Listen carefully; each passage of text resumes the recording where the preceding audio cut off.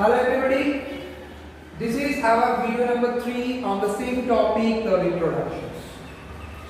And in this video, we will discuss the last 3 important topic of this chapters. The first one is the test tube babies, second one the cloning, and the third one the metamorphosis.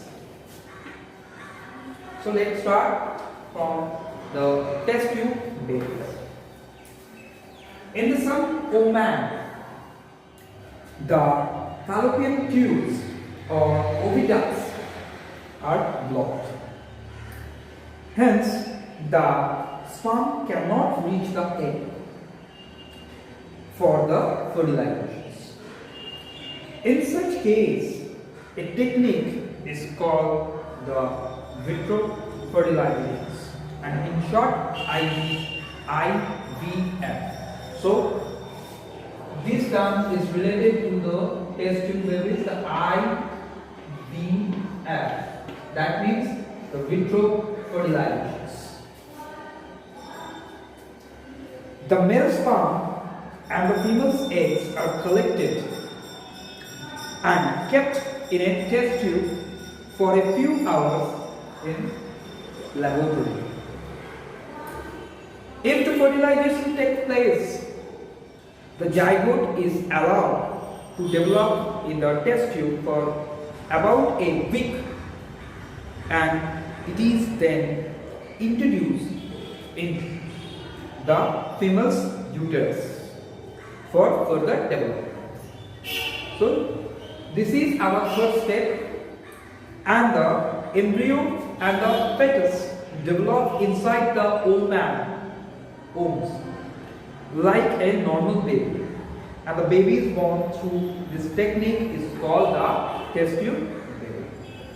So this is the proper introductions of the test tube baby, and this is the technique, and as per this technique, the male sperm and the female's eggs is collected outside the female body, and after that it is formed the zygote. It introduced to the female's body, and the embryo and the fetus has developed as a normal baby. Okay, and as for the test tube babies, we also follow a special technique that is called the vitro fertilizations. Vitro fertilizations. Next one is cloning. The cloning is a process to producing and the exact copy of a complete organism. So it is a process. It is a process of the producing an exact copy of a complete organism, a cell or any other living part, by the non-sexual method. So this is a process, but this process is a non-sexual process. The individuals developed in the process is physically and genetically identical to its parents. So as per the producing the individuals in that process, it is totally physically and genetically is identical with its parents.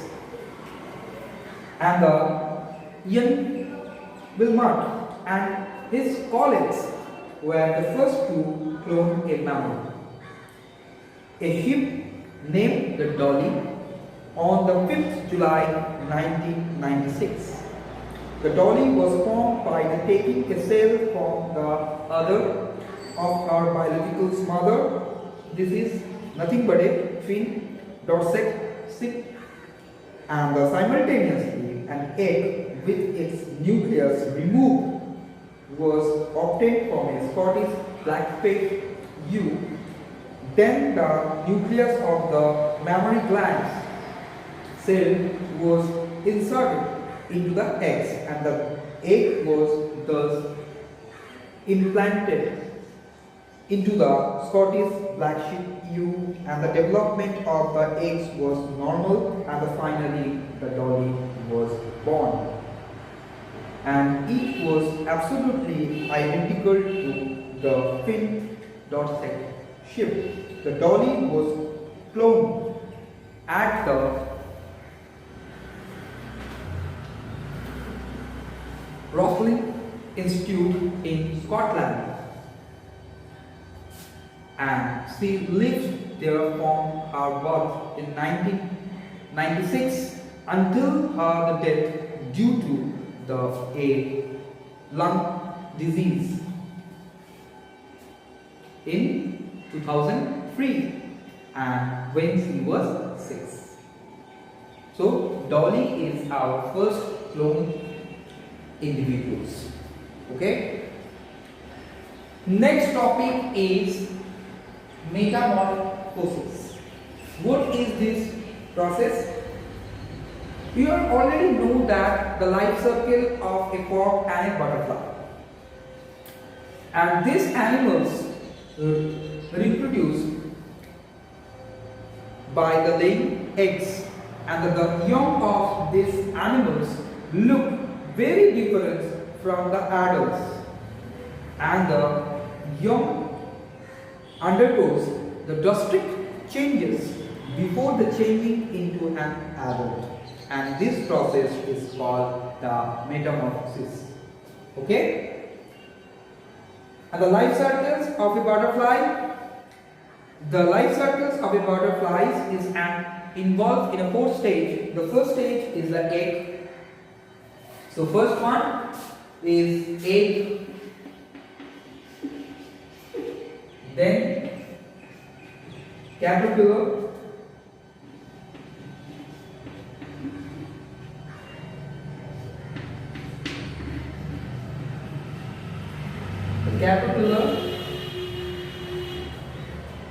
next pupa,